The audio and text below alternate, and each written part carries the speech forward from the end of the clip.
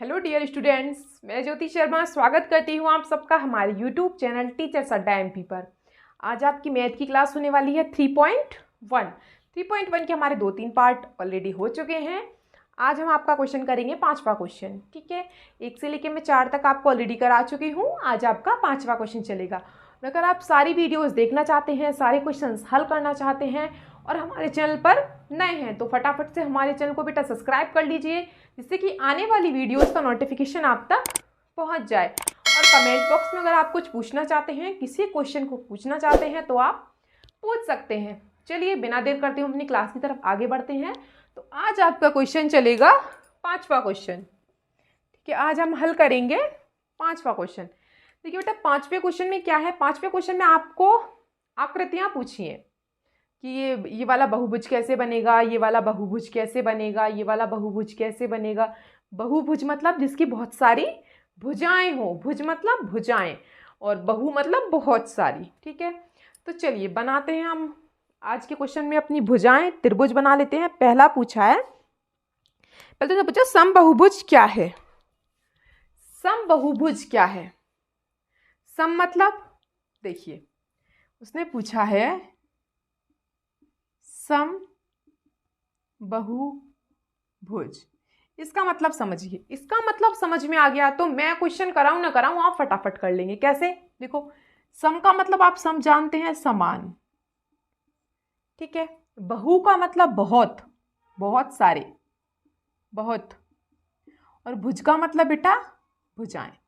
ये बात तो आप सबको पता है, समान बहुत भुजाएं, समान भुजाएं बहुत सारी। ठीक है, तो इसने पहला पूछा है आपसे, चित्र बनवा रहा है ये। इसने पहला आपका पूछा है ए है। ए बेटा इसने आपने पूछा है पहला 3 भुजाएं।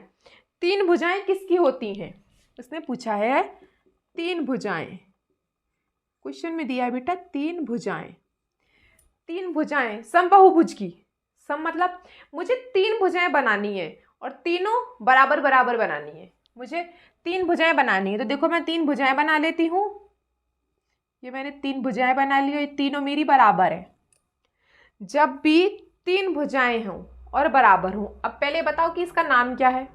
ये आप सबको पता है बेटा, ये आपका क्या है, त्रिभुज। ये आप सबको पता है, ये क्या है बेटा, आपका त्रिभुज है, त्रिभुज।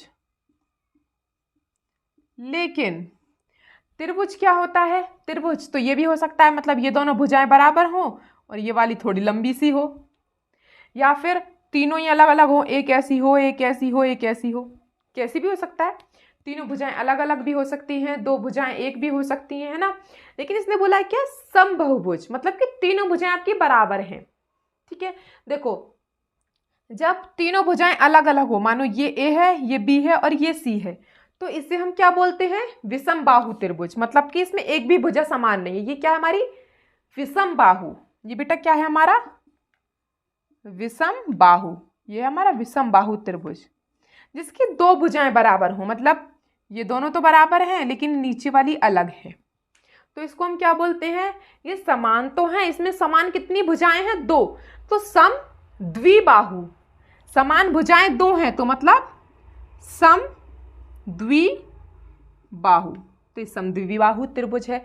लेकिन इसने क्या बोला, तीनों भुजाएं बराबर चाहिए मुझे। तो इसने क्या बोला है, मुझे तीनों भुजाएं बराबर चाहिए। तो मतलब तीनों भुजाएं कैसी हैं, समान है। तीनों भुजाएं कैसी हैं, सम है, मतलब कि समबाहु त्रिभुज। इसको हम क्या बोलेंगे, समबाहु, समबाहु त्रिभुज। तो 3 भुजाएं वाला हमारा क्या होगा, समबाहु त्रिभुज। आगे बेटा समझ में।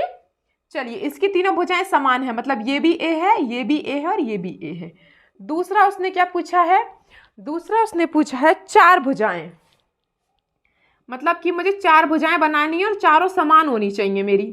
तो चलिए बना लेते हैं। मेरी चारों भुजाएं ये हैं, समान है चारों भुजाएं मेरी।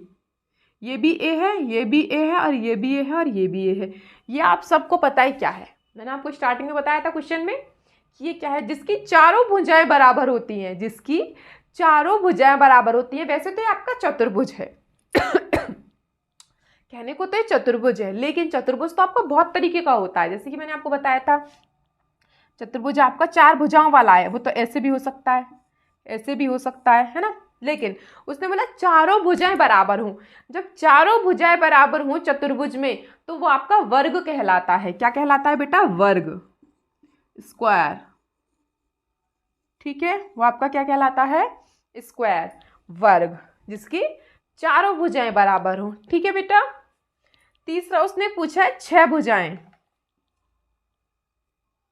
6 भुजाएं। अब ये बताओ कि 6 भुजाएं समान है, 6 भुजाएं बनानी है मुझे, वो भी समान। तो देखिए मैं बना लेती हूँ। 1 2 3 4 5 6। इसकी 6 भुजाएं समान है। अगर ये वाली भुजा ए है तो ये इसकी सारी भुजाएं कैसी हैं बेटा? ए होंगी। ठीक है बेटा, इसे हम जो 6 भुजाएं हैं इसे हम क्या बोलते हैं? आप सबको पता है समषटभुज। सम है मतलब कि समान है तो सम, और 6 है तो षट, और भुजाएं हैं तो भुज, समषटभुज। इसको इंग्लिश में बोलते हैं हम लोग हेक्सागोन। हेक्सागोन। ठीक है बेटा, आया समझ में इतना? ठीक है, देखिए दोबारा समझा देती हूं मैं आप लोगों को। इसमें क्या है, इसने पूछी है भुजाएं। भुजाएं आप सबको पता है भुजाएं क्या होती हैं?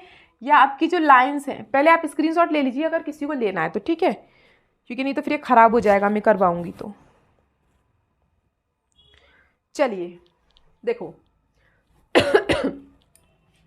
एक बात, ये जो है आपकी ये क्या है बेटा? ये आपकी भुजाएं हैं, है ना? आप सबको पता है। और ये अब मैं इसको नाम दे देती हूँ ABC। और ये जो आपके अंदर हैं ये क्या है बेटा? कोण है। ये क्या है आपके? कोण है। तो बेटा इसमें 3 कोण हैं, तो इसके तीनों कोणों का योग कितना होता है? मैंने पिछली वाली वीडियो में बताया था। 3 कोणों का योग कितना होता है? 180। और 4 कोणों का योग, जैसे कि इसमें 4 कोण है, एक यहाँ पे, एक यहाँ पे, एक यहाँ पे और एक यहाँ पे, तो 4 कोणों का योग बेटा क्या होता है आपका? 360। याद रखना चतुर्भुज में हर कोण आपका अगर दिया नहीं है और इस प्रकार से है तो वो आपका हर कोण 90 अंश का होता है। ये 90 का है, ये 90 का है, ये भी 90 का है, ये भी 90 का है। ठीक है, ये तो हो गई आपकी भुजाएं, ये हो गया आपके कोण। ठीक है, अब आता है तीसरा हमारा विकर्ण। विकर्ण मैंने आपको बताया था। विकर्ण क्या होता है बेटा? एक भुजा से दूसरी भुजा को मिलाना, ये आपका विकर्ण है। अंदर से मिलाना, एक विकर्ण ये रहा इसमें, एक विकर्ण ये रहा। चतुर्भुज में हमेशा 2 विकर्ण बनेंगे, याद रखना। ठीक है, त्रिभुज में आपका एक भी विकर्ण नहीं बनेगा और ना आपका सर्कल में एक भी विकर्ण बनेगा। ठीक है, हेक्सागोन। हेक्सागोन है ये बेटा, सब क्या है? इसकी भुजाएं हैं ABCDEF। ये सब क्या है? ये AB भुजा है, BC भुजा है, CD भुजा है, DE भुजा है, EF भुजा और FA भुजा है। इसके अंदर जो इन भुजाओं पर कोण बने हैं, ये एंगल्स बने हैं, इन्हें हम क्या कहेंगे? कोण। तो बेटा जो हर कोण है ये सब क्या है? ये आपके कोण हैं। और विकर्ण आपके जो एक बिंदु से एक कोण से दूसरे कोण पर खींचा जाए, इस प्रकार से। जैसे A से 3 विकर्ण खिंच गए, ऐसे B से 3 विकर्ण खिंच गए, C से खिंच जाएंगे 2 विकर्ण, D से 1 विकर्ण खिंच जाएगा, E और F फिर बनी जाता है अपने आप। ये पिछली क्लास में भी आया था आपको। ठीक है, मुझे सिर्फ बेटा आपको यही समझाना, यही बताना ताकि आप अच्छे से समझ जाओ। मैं आज फिर बता रही हूँ आपको, 2 कोणों का योग 90, 3 कोणों का योग 180 और 4 कोणों का योग बेटा 360।